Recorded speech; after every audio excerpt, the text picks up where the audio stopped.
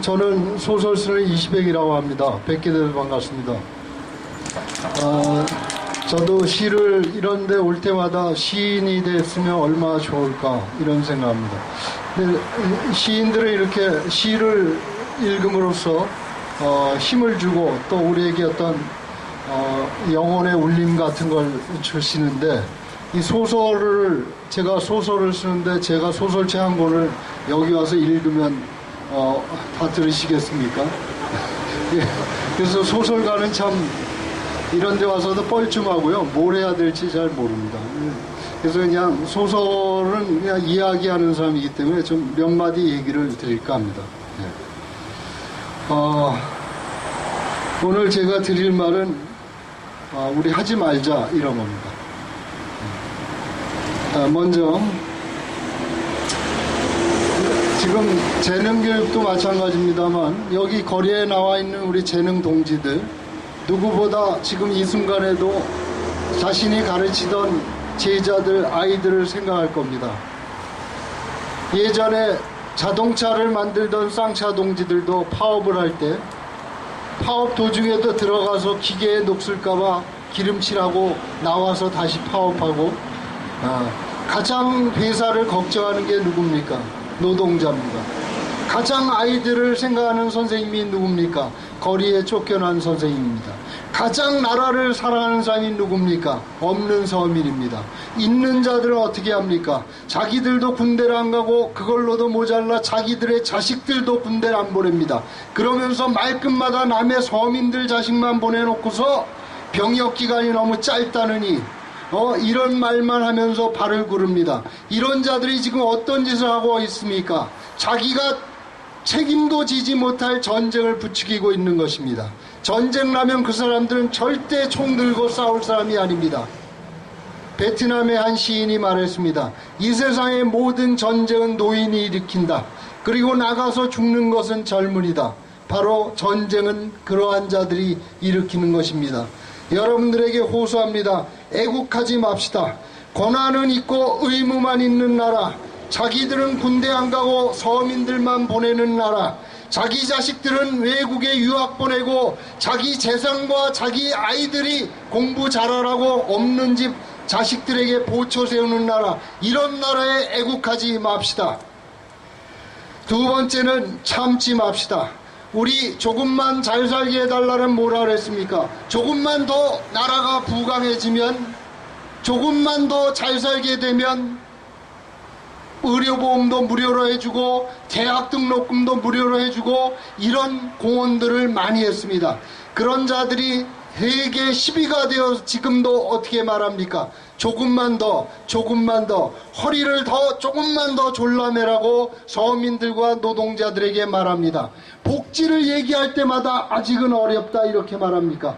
언제 우리가 잘 살게 되는 것입니까? 내가 볼 때 세계 1위가 되어도 절대 해줄 사람들이 아니에요. 그때 가면은 우주에서 1위가 되면 잘해줄 것이라고 할 사람들입니다. 이런 나라를, 이런 자들을 위해서 애국하지 맙시다. 이런 사람들을 위해서 참지 맙시다. 이런 자들이 우리에게 기만하는 말이 있어요. 침묵은 금이다. 이것은 침묵하게 함으로써 자신들에게 복종하게 하려는 기만적인 술수입니다. 여기 앉아 계시는 젊은이들이 학교에서 그뿐이라고 붙여놓은 거 많이 보았을 겁니다. 침묵은 금이다. 금 좋아하는 놈들이나 침묵하라고 외칩시다. 침묵하지 맙시다. 두 번째는 찢어지지 말자입니다. 신경림 선생님이 이런 말을 했습니다. 못난 것들은 얼굴만 봐도 반갑다. 웃음이 난다. 우리 없는, 힘이 없는 사람들의 힘은 무엇입니까? 모이는 것입니다. 하나가 되는 것입니다. 우리들 모두가 하나가 될 때 힘을 갖게 되는 겁니다. 사자가 자기보다 몸집이 거대한 들소를 잡아먹는 방법 무엇입니까? 들소떼를 분열시킵니다.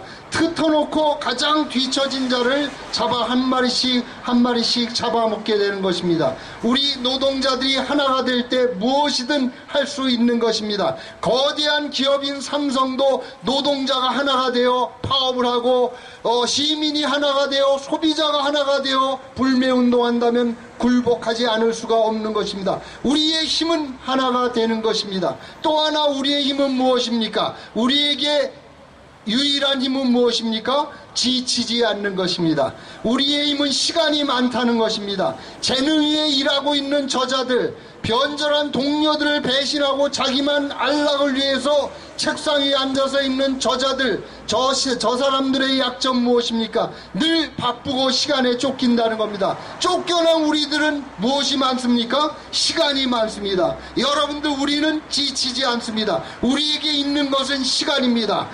우리는 여유를 가지고 끝까지 지치지 말고 싸워야 합니다. 이명박의 작전이 무엇입니까? 지치게 하는 겁니다. 어떻게 지치게 합니까? 욕먹을 짓을 해가지고 욕하려면 더 큰 욕먹을 거리를 만듭니다. 그래가지고 욕하다가 국민들이 지치게 만들었습니다. 그러나 우리 모두는 지치지 맙시다. 지치지 않는다면, 하나가 되어서 지치지 않는다면 결코 우리는 패배하지 않습니다. 오늘 여기 젊은이들 있는데 또 하나 하지 말자는 거 제가 전하겠습니다. 여러분들, 아프니까 청춘이다란 말에 속지 마십시오. 아프면 아프게 한 자들 위해서 외쳐야 합니다. 아프니까 청춘이다, 이런 말에 기만당하지 마십시오. 왜 청춘이 아파야 합니까? 내가 보니까 이건희 아들, 누구 정주영 아들, 이런 사람들은 청춘기 때 한 번도 안 아프고 다 청춘을 보냈습니다. 왜 우리만이 아파야 합니까? 아프니까 청춘이란 말은 거짓말이다. 우리가 아프다면 우리를 아프게 하는 자들과 위해서 분노하고 싸워야 할 것입니다. 여러분들, 아프니까 청춘이 아니라 무엇입니까? 아프면 분노하라, 싸워라, 이렇게 말해야 할 것입니다. 그래서 내가 그런 책을 쓴 사람이 누군가 알아봤더니 서울대학교에 있는 교수님께서 자기 제자들이 아파하고 고민할 때마다 이런 말을 했더라고요. 뭐라고요? 아프니까 청춘이야. 청춘일 때는 다 아픈 거야. 자, 그렇게 고민을 호소한 아픈 사람들이 누굽니까? 서울대학교 학생입니까? 여기 서울대 학생 있습니까? 손 들어보세요. 서울대 학생은 이 사회에 무엇입니까? 승자입니다.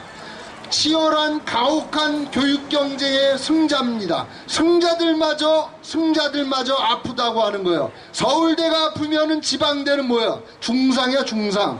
그러면 고졸은 뭐예요? 그건 사망이에요, 사망. 자, 이러한 소리를 하는 사람들, 승자조차, 우리나라의 최후의 승자라고 있는 서바이벌 게임에서 이긴 서울대 학생들마저 아프다고 호소하는 이러한 교육, 이러한 나라에 애국하면 되겠습니까? 여러분, 애국하지 맙시다.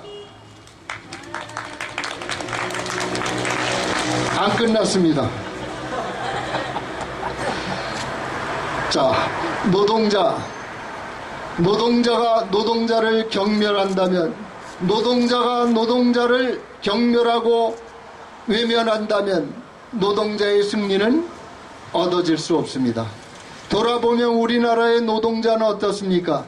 그 모든 노동자가 그러한 것은 아닙니다. 그러나 대다수 노동자들이 피땀 흘려 일하는 것은 무엇이냐고 물어본다면, 내가 이를 악물고 돈을 벌어서 한시라도 빨리 노동자를 면하고 사장이 되는 날을 꿈꾸고 있는 것입니다. 그렇기 때문에 평생을 노동자로 늙은 노동자는 자기 자식에게 소주 한 잔 먹고 와서 뭐라고 말합니까? 너 정신 똑바로 차려서 공부 열심히 해서 뭐라 그래요?